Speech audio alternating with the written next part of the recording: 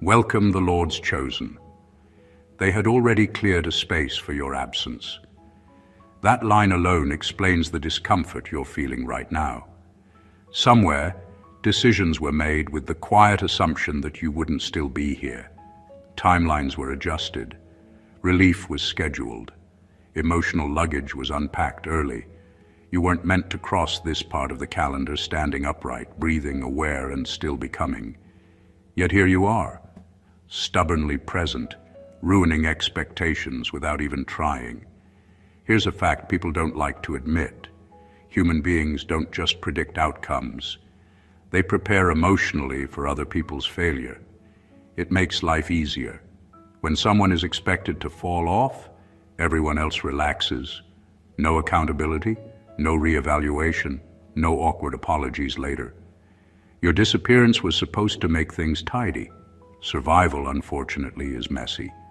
What makes this situation tense isn't that you're still alive or still moving forward. It's that your presence exposes how early some people gave up on you. They had already rehearsed conversations where your name came up in the past tense. They had mentally archived you under almost, could have been, or worse, we knew it. Now they're stuck updating a narrative they thought was finished, and updates make people nervous. There's also a quiet irony here that deserves a smirk. You didn't survive with dramatic flair. No announcement, no parade. You just didn't disappear. And somehow, that's more unsettling than a loud comeback. You forced people to keep their opinions current, and nobody likes renewing a judgment they hoped would expire. This isn't about proving anything or claiming a crown. It's about the subtle panic that sets in when someone refuses to exit on schedule. You weren't supposed to be around after everything that happened, after everything that was said, after the silent countdown others were running in their heads. But calendars changed, seasons passed, and you remained. Not louder, not desperate, just inconveniently intact. So if things feel strange, tense, or oddly quiet around you, understand this. It's not confusion. It's recalculation. You didn't just survive past Christmas. You stayed long enough to make unfinished assumptions very uncomfortable. Number one, your continued existence disrupted a timeline people had already emotionally buried. People don't just give up on others by accident. They do it quietly, internally, and far earlier than they'll ever admit. Long before anything is said out loud, a mental deadline is set. A private conclusion is reached. In their minds, you were already filed under won't make it, and life moved forward from there. Your struggles became a closed chapter they no longer plan to reread. What's unsettling is not that you survived hardship. It's that you survived past the point they stopped accounting for you. They had already reorganized their expectations. Emotional energy was withdrawn. Sympathy expired. Some even felt relief because writing you off simplified things. They no longer had to watch, support, reconsider their role, or feel uncomfortable about how little they did. Your absence was convenient. When you didn't disappear, it forced a quiet collision between reality and their internal schedule. Suddenly, their assumptions were wrong, and wrong assumptions feel personal to people who pride themselves on being realistic. Your continued presence exposed how casually they predicted your ending. That's not easy to sit with, so the discomfort turns into tension, distance, or strange behavior that makes no sense on the surface. There's also guilt hiding underneath all this. Not loud guilt, subtle guilt. The kind that whispers, "I thought they were done," and follows it with, "What does that say about me?" Instead of dealing with that question, many people choose irritation. It's easier to feel annoyed by your persistence than to confront how early they emotionally buried you.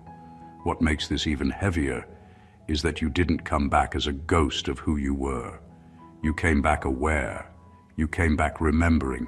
You came back carrying the quiet knowledge that some people stopped believing before the story was finished. That awareness alone changes how you move, how you speak, and how much access you give. Your existence didn't just extend beyond a rough season. It invalidated a conclusion others had already accepted as final. And people rarely forgive those who force them to reopen a file they were confident was closed. Number 2, they converted your absence into emotional leverage, and you refuse to vanish on schedule. When people assume someone is on their way out, they don't just wait. They use that expectation. Your presumed absence became a tool in their hands, something they leaned on to justify choices they didn't want to explain. They spoke freely, acted loosely, and crossed lines because they believed there would be no consequences.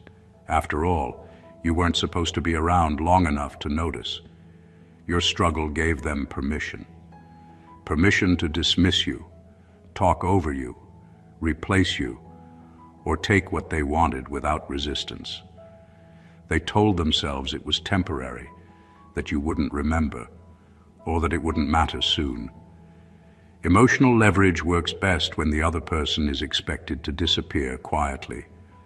That was the plan. What they didn't expect was your refusal to exit on cue. You stayed, not frozen in the state they left you in, but evolving. And that's where things shifted. The words they threw around casually now had a witness. The decisions they made, assuming no accountability, suddenly had a face attached to them again. Leverage only works when the other person doesn't come back to collect. There's a specific kind of discomfort that comes from realizing your actions were built on a false assumption. People hate that feeling. It exposes how conditional their kindness was, and how quickly they exploited vulnerability.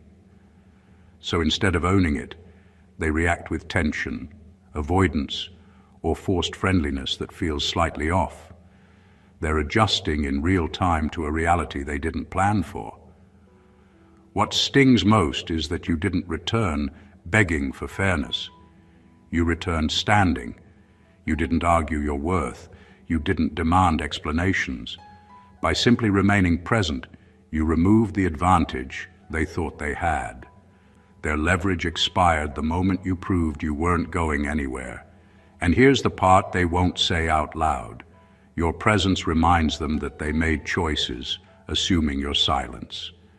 Now that silence didn't arrive, you stayed long enough to remember who used the situation and who didn't. That memory alone is power, not loud power, not vengeful power. Just the kind that makes people uneasy because it can't be undone. Number 3, you were supposed to be a lesson, not a survivor. Some people plan for others to fail long before anything actually happens. They don't just anticipate setbacks, they assign meaning to them. Your struggles were meant to serve a purpose for someone else's narrative. You weren't supposed to come out of it intact. You were supposed to be a cautionary tale, a living reminder of what happens when boundaries are crossed, trust is broken, or ambition is underestimated. Your supposed downfall was already built into the story they wanted to tell long before you even realized it. When you survived, it threw everything off. Suddenly, the lesson didn't land. The story was no longer tidy. The people who had invested emotionally, strategically, or even selfishly in your supposed failure had to face a glaring truth. Their control, their predictions, their plans, they were wrong. Survival wasn't just inconvenient, it was unacceptable.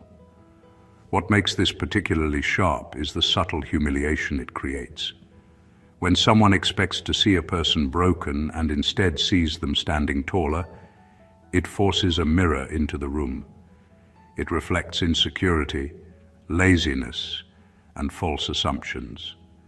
People who thought they could teach you a lesson without confrontation now have to reckon with the fact that lessons don't always work the way they want. You didn't perform on cue. You didn't bend to expectation. You refused to be a tool for someone else's story. Your survival speaks louder than any words could. It highlights the gap between planning and reality, between desire and outcome. It exposes the arrogance of anyone who believes they can dictate the arc of another person's life. And because you returned with awareness intact, your continued existence isn't just a contradiction of their expectations.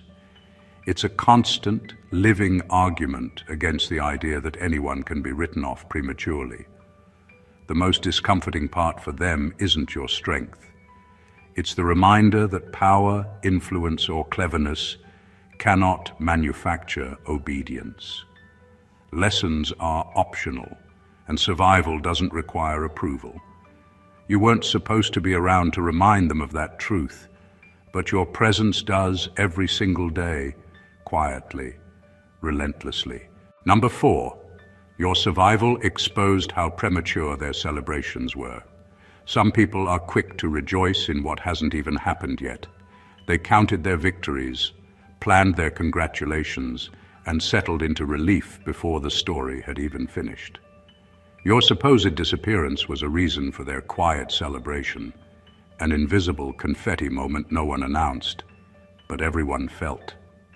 They imagined the weight lifted, the space cleared, and their own lives suddenly easier.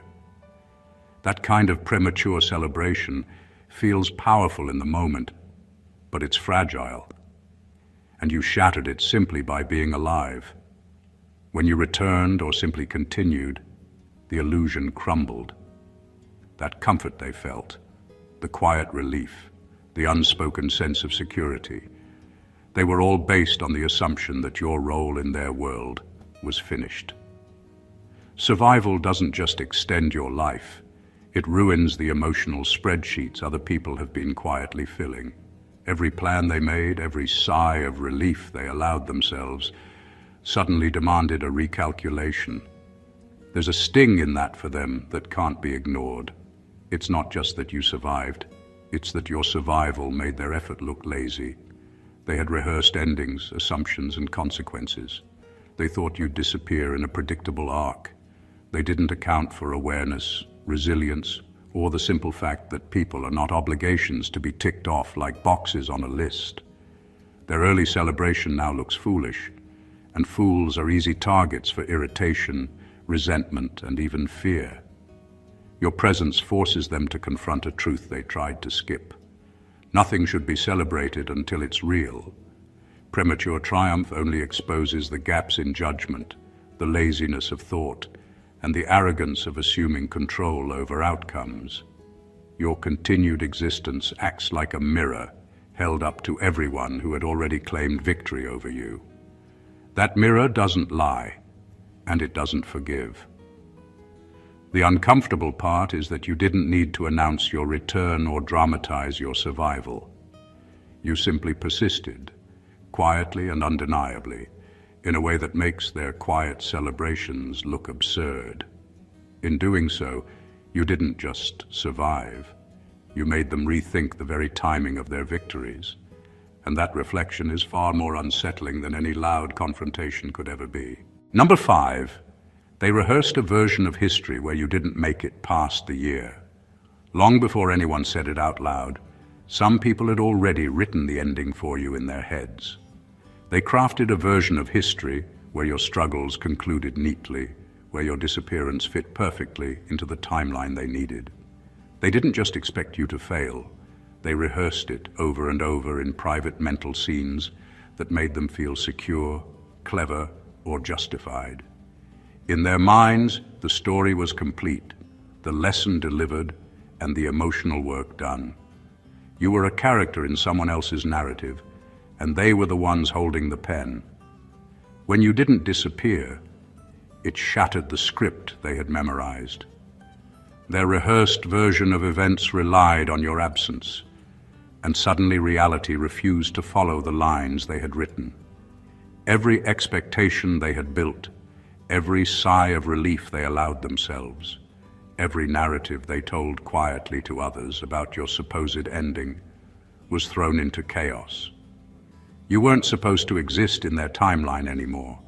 and your presence became an undeniable contradiction. The tension this creates is subtle but relentless. People don't like when the story they've rehearsed collapses because it exposes assumptions, biases, and weaknesses they'd rather ignore.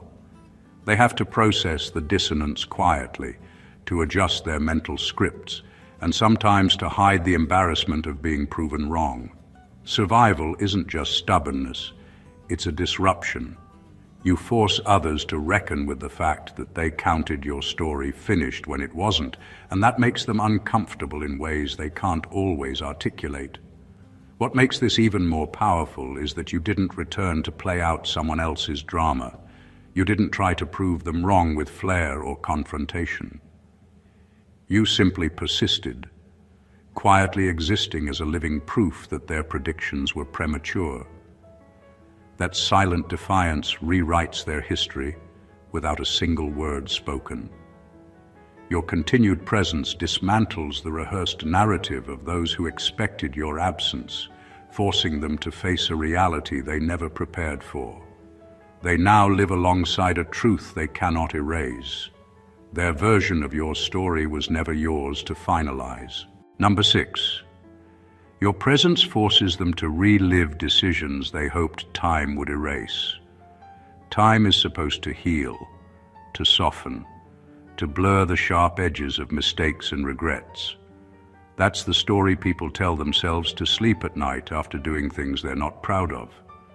They make choices, act carelessly, or speak without thought, and then rely on time to carry the guilt away quietly, like an invisible eraser.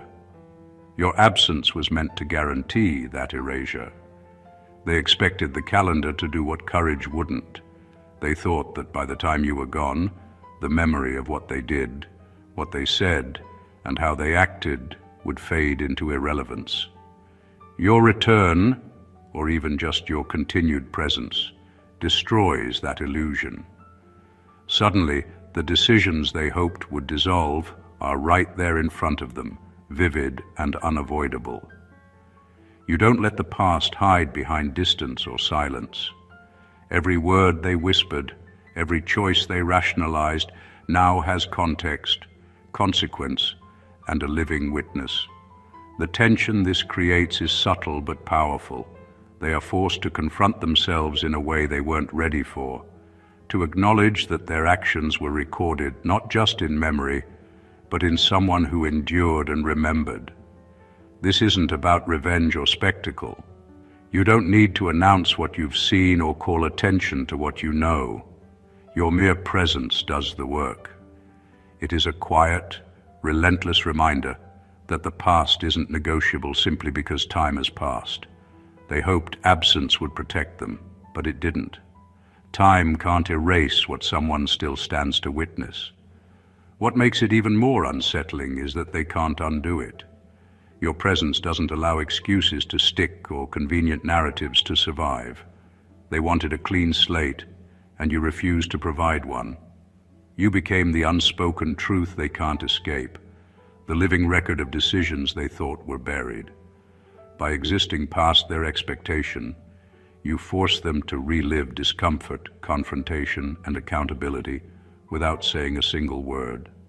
That quiet reckoning, that refusal to vanish, is far more destabilizing than any argument or accusation could ever be. Number 7, they mistook your endurance for compliance. Some people confuse silence with agreement. They see someone quietly surviving, someone navigating hardship without loud protest, and immediately assume submission. They think endurance equals obedience, that patience or resilience means permission to act without consequence. That assumption is rarely intentional, it's convenient. It allows them to operate with less effort, less conscience, and less accountability. When someone appears to take it, the world assumes they've accepted the terms, even if they haven't. Your endurance shattered that misconception. They expected a version of you who would bend to expectation, who would vanish quietly, or at least allow your treatment to go unnoticed. When you remained steadfast, present, and unbroken, It became clear that endurance is not agreement. You didn't sign off on their assumptions or validate their behavior. You simply kept moving forward, alive and aware, and that presence exposed how badly they misread strength. What makes this dangerous for them is that it undermines control. People plan based on assumptions. When assumptions are wrong, strategy fails.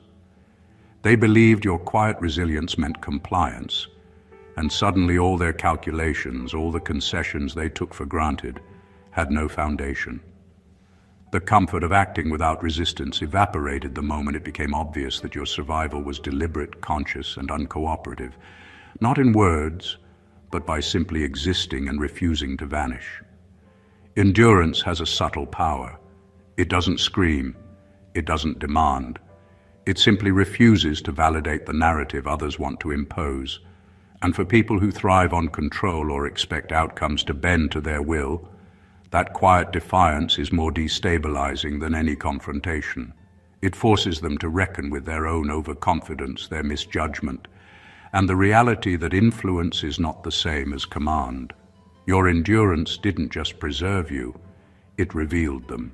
It highlighted how quickly they assumed authority over someone else's life and how easily they mistook patience for compliance. By surviving without submission, you shattered the illusion that you could be dictated to, proving that true strength often goes unnoticed until it quietly refuses to conform. Number 8, you outlasted their attention span, and that's unforgivable to insecure people. Some people operate on short timelines when it comes to others. They expect struggles to be brief, resilience to be temporary, and presence to be convenient. When someone goes through hardship, the world watches for a moment, checks the boxes of sympathy or judgment, and then moves on. The assumption is simple. If endurance takes too long, interest will fade. They believe attention is a currency they control, and if someone overstays their expected drama, it becomes inconvenient. You broke that expectation. You didn't disappear quickly. You didn't fit into the neat, manageable period they had allotted for your story. Your continued presence, your ongoing survival, refused to align with the timeline they had unconsciously set. Suddenly, their comfortable narrative, the one where you faltered, broke, or quietly receded, was impossible. You forced them to face reality without the convenience of forgetting. For insecure people, this is intolerable. Insecurity thrives on predictability. They rely on short attention spans to feel safe, to avoid confronting failure, guilt, or their own shortcomings. When someone refuses to adhere to that expected timeline, it exposes the fragility of their assumptions.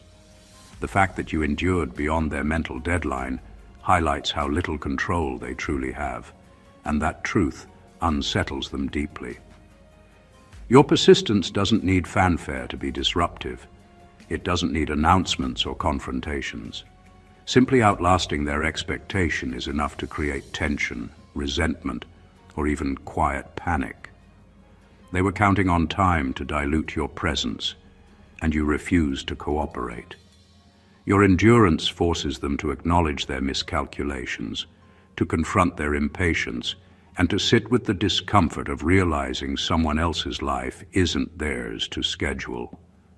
By outlasting attention, you exposed insecurity as it really is, a desperate need for control disguised as casual observation. And in doing so, you became more than just a survivor. You became a reminder that some people assume timelines over lives, and when those assumptions fail, the world looks very different and far more uncomfortable than they ever expected. Number 9, your resilience made their effort look lazy. Some people like to measure themselves against others, but they do it on the assumption that effort is visible and results are predictable. They plan, they scheme, they push in ways they think will break someone or force them into a corner. They assume that resistance is fragile and endurance is temporary. They believe that if they apply enough pressure, or even just enough observation, they can control the outcome. The problem is, they underestimated you. Your resilience exposed the laziness hidden behind their assumptions. Every shortcut they took, every half measure, every attempt to manipulate or predict you now looked small compared to the quiet, relentless strength you carried. You didn't need to announce your persistence. You didn't stage dramatic comebacks or force recognition.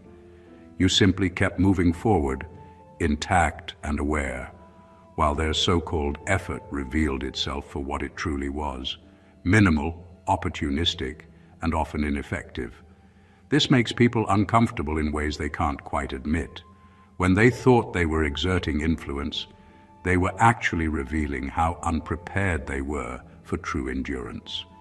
They believed the challenge was theirs to manage, but it turns out the real challenge was yours to survive.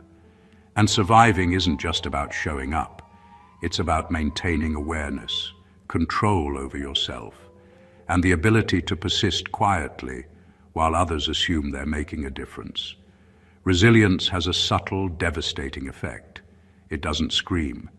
It doesn't demand attention, but it quietly shames those who relied on appearances, assumptions, or half-hearted attempts at control. It exposes the gap between intention and impact. They acted as though their effort could bend you, shape you, or erase you, and you simply refused to comply. By existing beyond their calculations, you make their attempts look careless, their strategies shallow, and their confidence premature. Your survival doesn't just prove strength. It highlights the contrast between genuine endurance and the illusion of influence. In doing so, you silently rewrite the rules. Resilience isn't about proving a point. It's about showing that true effort isn't what they thought it was, and their work is never enough when faced with someone who refuses to break. Number 10. They were counting on exhaustion to finish what hostility started. Some people rely on the slow grind of fatigue to get what they want. They know they can't always force compliance directly, so they wait, hoping time and pressure will do the work for them. Harsh words, small betrayals, relentless demands. These aren't always about immediate impact. They're about wearing someone down, letting the constant weight of hostility erode confidence, energy, and willpower. They counted on you reaching that breaking point, quietly surrendering to the rhythm they set. But you didn't. You refused to let exhaustion be the instrument of your defeat. Every attempt to drain you, every expectation that you would falter under pressure, failed because endurance isn't just about stamina. It's about awareness, strategy, and maintaining presence even when the world pushes against you. You didn't collapse quietly.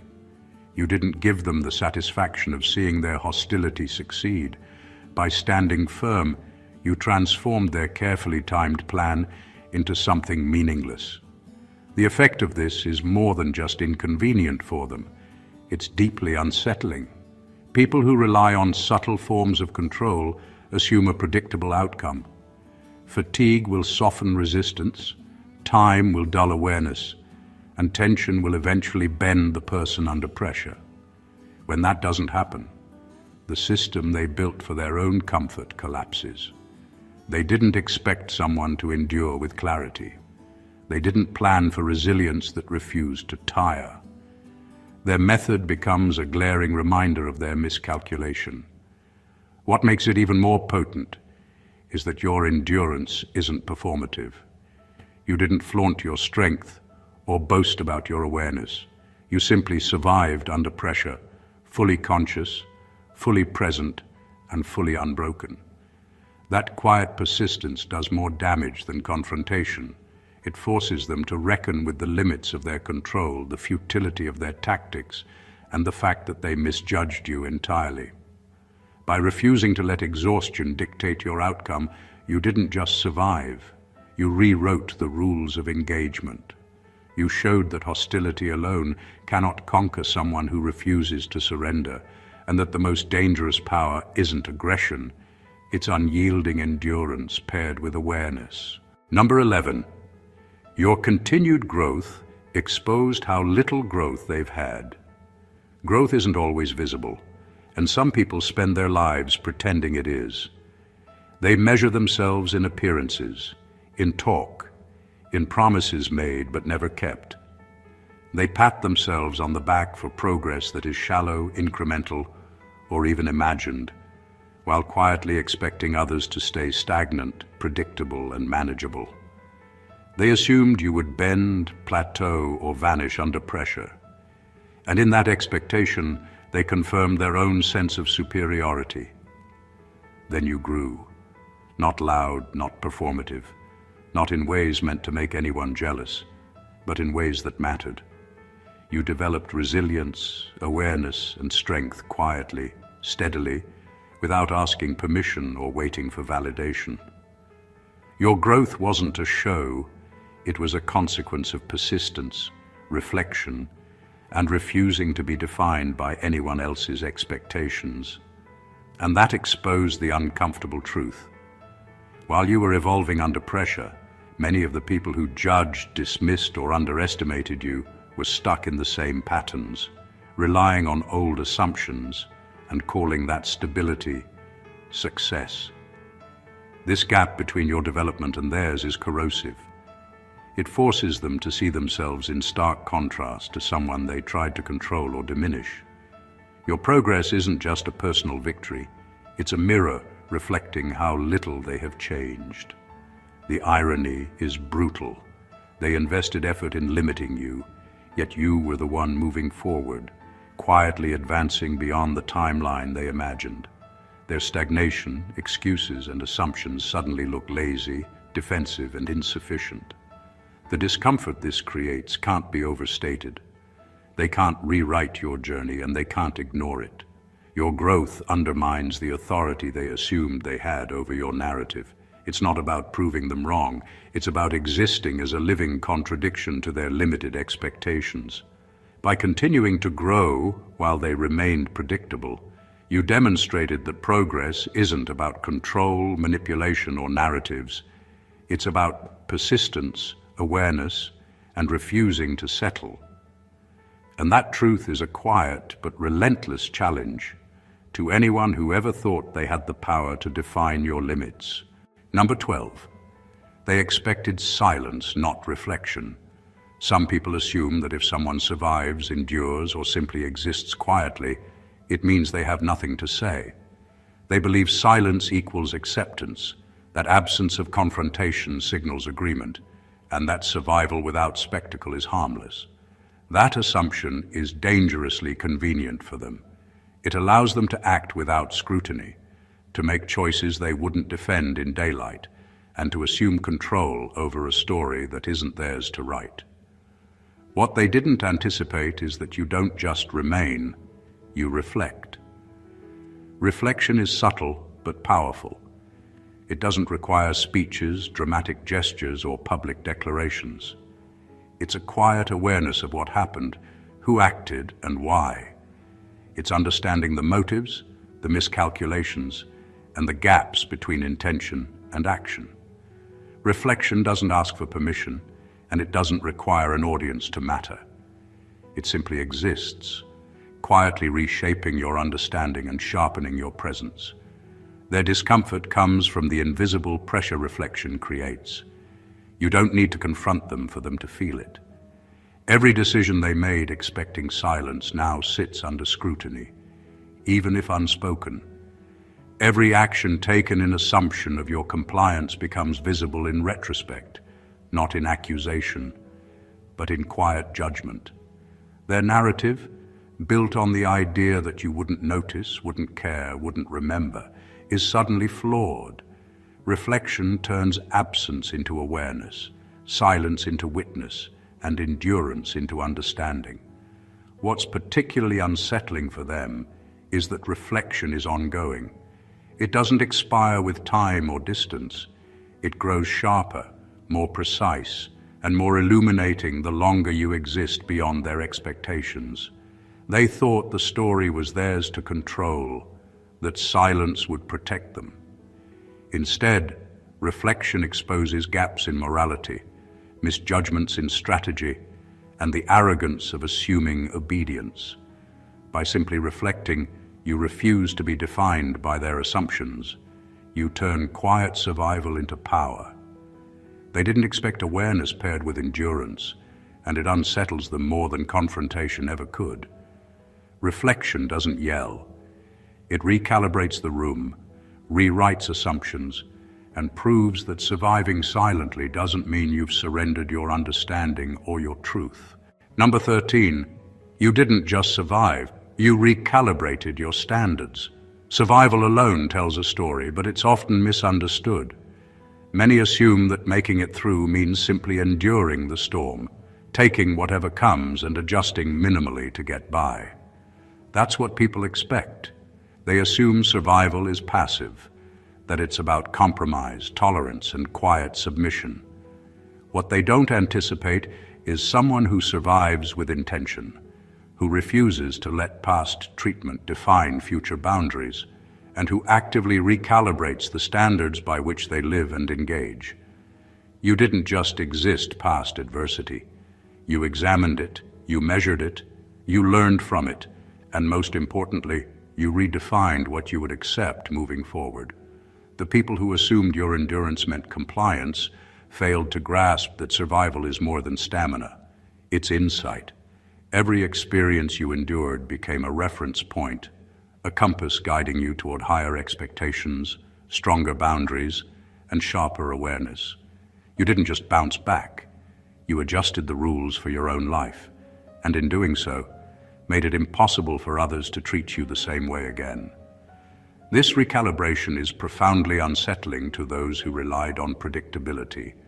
They expected the same version of you, the one who could be pushed, ignored, or underestimated.